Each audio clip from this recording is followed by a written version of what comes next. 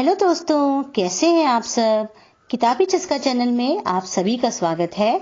आज मैं आप सबके सामने दो कलाकार कहानी लेकर उपस्थित हुई हूँ, जिसकी लेखिका है श्रीमती मन्नू भंडारी। दोस्तों, हिंदी साहित्य जगत की सुप्रसिद्ध लेखिका श्रीमती मन्नू भंडारी का जन्म मध्य प्रदेश के मंदसौर जिले के भानपुरा गांव में 3 अप्रैल सन 1931 को हुआ था। साहित्य जगत में प्रवेश करने से पहले उन्हें महेंद्र कुमारी के नाम से जाना जाता था, परंतु लेखन के लिए उन्होंने मन्नू नाम का चुनाव किया है।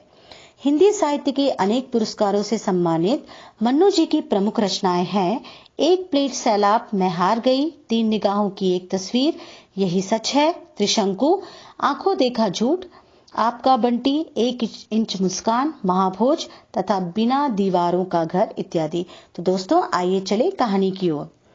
प्रस्तुत कहानी 2 कलाकार एक सच्चे कलाकार की परिभाषा को दर्शाती एक मर्मस्पर्शी, दिल को छू लेने वाली कहानी है। यह कहानी छात्रावास में रहने वाली घनिष्ठ सहेलियों अरुणा और चित्रा की कहानी है, जिनकी अटूट दोस्ती और आपसी स्नेह विश्वास को देखकर सभी लोग ईर्ष्या करते थे। हालांकि दोनों के ही स्वभाव में विरोधाभास था। चित्रा अपने धनी पिता की इकलौती पुत्री थी और अपने नाम के अनुरूप चित्रकार थी, जो अपने रंगों की काल्पनिक दुनिया में डूबी दुनिया की विख्यात चित्रकार बनना चाहती थी। जबकि अरुणा एक संवेदनशील लड़की है, जो दुनिया के हर दुखी व्यक्ति के दुख में शरीक है।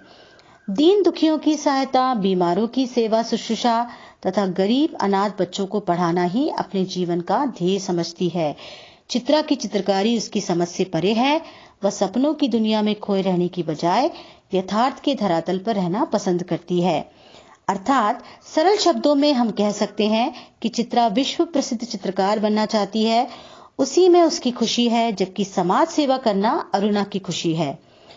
अरुणा को चित्रा की चित्रकारी से मानव समाज के लिए किसी भी प्रकार का लाभ या परोपकार नजर नहीं आता। वह अक्सर चित्रा से कहती है कि उसके पास साधन है, सामर्थ्य है, तो कागज पर इन निर्जीव चित्रों को बनाने की बजाय वह क्यों नहीं 2-4 की जिंदगी बना देती। अरुणा के अनुसार दुनिया की किसी भी घटना में चित्र बनाने का आइडिया ना हो तो वह घटना चित्रा के लिए महत्वहीन है। यहाँ चित्रा को भी अरुणा की सेवा, समय की बर्बादी लगती। वह भी अक्सर अरुणा को इस विषय पर तंज कसती रहती। इसी बीच एक दिन चित्रा अरुणा से कहती है कि उसके पिता ने उसकी कला को और निखारने के लिए विदेश जाने की अनुमति दे दी। तो दोस्तों, इसी तरह इन दोनों सहेलियों में आपस में नोकझोंक चलती रहती और आपसी प्यार भी बढ़ता जाता। इन्हीं दिनों शहर में तकरीबन 3 दिनों से भारी वर्षा हो रही थी, जिसकी वजह से बाढ़ की स्थिति पैदा हो गई। अरुणा जी जान से बाढ़ पीड़ितों की सेवा में जुट गई। वह बीच बीच में छात्रावास आती रहती और चित्रा उसे वार्षिक परीक्षा की याद दिलाती रहती, लेकिन अरुणा उसकी बात को अनसुना कर अपने काम में लगी रहती। छात्रावास में बार बार आते रहने से अरुणा के काम में व्यवधान पड़ने लगा था। अतः वह प्राचार्य से अनुमति ले स्वयं सेवकों के दल के साथ अनिश्चित काल के लिए निकल पड़ती है। और आज पूरे 15 दिन बाद अरुणा छात्रावास लौटती है। उसकी हालत अत्यंत दयनीय दिखाई देती है। उस समय चित्रा अपने गुरुदेव के दर्शन करने आश्रम गई रहती है। अरुणा नहा धोकर कुछ खा पीकर लेटने ही वाली होती है कि वहां चित्रा की बनाई तस्वीरों को देखकर सोच में पड़ जाती है। शाम को चित्रा छात्रावास लौटती है और काफी दिनों बाद अरुणा को वापस आया देख खिल उठती है।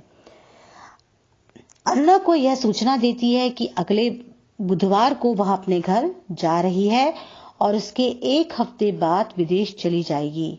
यह सुनकर अरुणा उदास हो जाती है और कहती है कि 6 साल से साथ रहते रहते यह बात तो मैं भूल ही गई कि कभी अलग भी होना पड़ेगा। और देखते ही देखते वह दिन भी आ जाता है जब चित्रा अपने घर जाने वाली है। शाम को 5 बजे की गाड़ी पकड़नी है। अरुणा सुबह से ही चित्रा का सामान समेटने में, जमाने में उसकी मदद करती रहती है। छात्रावास में चित्रा का आज आखिरी दिन रहता है, अतः वह सबसे मिलने जाती है और उसके बाद अपने पूजनीय गुरुदेव के आश्रम उनके दर्शन करने के लिए निकल पड़ती है। उसे लौटने में काफी देर हो जाती है। अरुणा यहाँ उसका बेसब्री से इंतजार करती रहती है। 3 बजे के करीब अचानक चित्रा हड़बड़ी में कमरे में प्रवेश करती है और बताती है कि गर्ग स्टोर के सामने पेड़ के नीचे अक्सर बैठने वाली भिखारिन की मृत्यु हो गई है और उसके दोनों बच्चे उसकी मृतदेह से चिपक बिलक बिलक कर रो रहे हैं। यह दृश्य देखकर वह अपने आप को रोक नहीं पाती है और उसे अपने कैनवस में उकेर लेती है। इस वजह से उसे देर हो जाती है।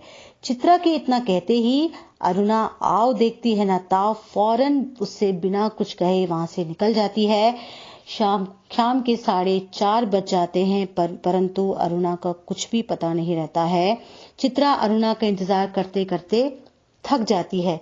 छात्रावास की काफी सारी लड़कियां चित्रा को विदा करने आती है परंतु चित्रा की आंखें अरुणा को तलाश करती रहती है परंतु चित्रा अरुणा से नहीं मिल पाती। ऐसे ही दिन बीतते रहते हैं। चित्रा विदेश जाकर खूब नाम कमाती है। उसकी कला दिन प्रतिदिन निखरती ही चली जाती है। कुछ दिनों तक तो चित्रा और अरुणा में पत्र व्यवहार चलता रहता है परंतु बाद में बिल्कुल बंद हो जाता है। चित्रा का बनाया भिखारन और उसके 2 अनाथ बच्चों वाला चित्र सभी के आकर्षण का केंद्र बिंदु बन जाता है। जो भी उस चित्र को देखता है बस खिंचा चला आता है। अखबार का हर कॉलम इस चित्र की प्रशंसा से भरा रहता। अनेक प्रतिस्पर्धाओं में इस चित्र को प्रथम स्थान प्राप्त होता है। विदेशों में धन और शोहरत कमाकर जब 3 वर्ष बाद चित्रा भारत पहुंचती है तब वहां उसका भव्य स्वागत होता है। उसके पिता उसकी सफलता देख फूले नहीं समाते। पिता उसके चित्रों की प्रदर्शनी आयोजित करते हैं और उद्घाटन भी उसी के हाथ से करवाते हैं। उस चित्र प्रदर्शनी में अचानक चित्रा की मुलाकात अरुणा से हो जाती है जो अपने पति और 2 बच्चों के साथ वहां आई रहती है।